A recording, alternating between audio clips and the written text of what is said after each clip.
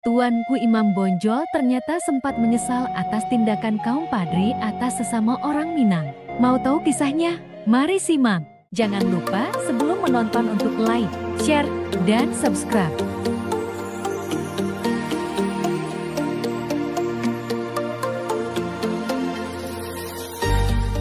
Tuanku Imam Bonjol adalah salah seorang ulama, pemimpin dan pejuang yang berperang melawan Belanda dalam peperangan yang dikenal dengan nama Perang Padri pada tahun 1803 sampai 1838. Nama asli dari Tuanku Imam Bonjol adalah Muhammad Syahab yang lahir di Bonjol pada 1 Januari tahun 1772. Dia merupakan putra dari pasangan Bayanuddin Syahab ayah dan Hamatun ibu. Ayahnya, Hatib Bayanuddin Syahab, merupakan seorang alim ulama yang berasal dari Sungai Rimbang, Suliki, 50 kota.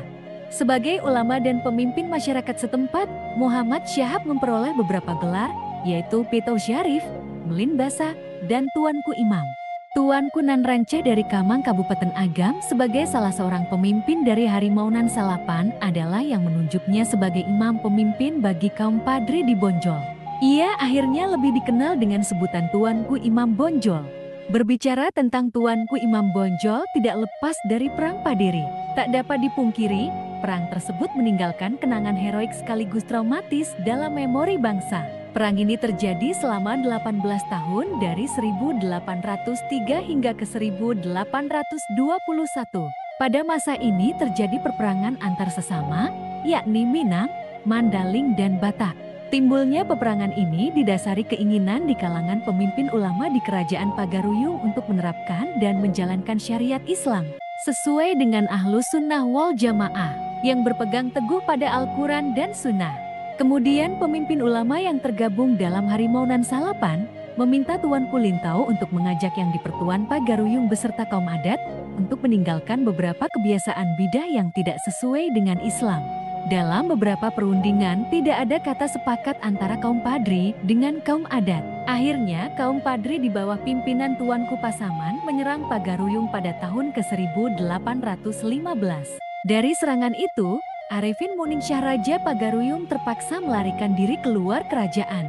Pada 21 Februari tahun 1821, kaum adat secara resmi bekerja sama dengan pemerintah Hindia Belanda berperang melawan kaum Padri dalam perjanjian yang ditandatangani di Padang. Perjanjian itu dihadiri juga oleh sisa keluarga dinasti Kerajaan Pagaruyung di bawah pimpinan Perang Padri yaitu Sultan Tangkal Alam Bagagar yang sudah berada di Padang waktu itu. Campur tangan Belanda dalam perang itu ditandai dengan penyerangan Simawang dan Suliter oleh pasukan Kapten Gavinet dan Kapten Dianema awal April tahun 1821 atas perintah Residen James Dupai di Padang. Dalam hal ini kompeni melibatkan diri dalam perang karena diundang oleh kaum adat. Perlawanan yang dilakukan oleh pasukan Padri cukup tangguh sehingga sangat menyulitkan Belanda untuk menundukkannya. Oleh sebab itu, Belanda melalui Gubernur Jenderal Johannes van den Bos mengajak pemimpin kaum Padri yang waktu itu telah dipimpin oleh Tuanku Imam Bonjol untuk berdamai dengan maklumat Perjanjian Masang pada tahun 1824. Tetapi perjanjian ini dilanggar oleh Belanda sendiri dengan menyerang Nagari Pandai Sike. Semenjak itu perang berubah menjadi perperangan antara kaum Padri dan kaum adat menghadapi Belanda. Kedua pihak bahu-membahu melawan Belanda. Bersatunya kaum adat dan kaum Padri ini dimulai dengan adanya kompromi yang dikenal dengan nama Plakat Puncak Patau di Tabek Patah yang mewujudkan konsensus adat Basandi Syarak Basandi Kitabullah. Rasa penyesalan pun muncul dalam diri Tuanku Imam Bonjol atas tindakan kaum Padri yang menjadikan perang sesama orang Minang, Mandaling, dan Batak.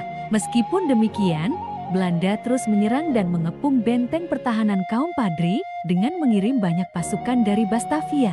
Akhirnya Tuanku Imam Bonjol menyerah.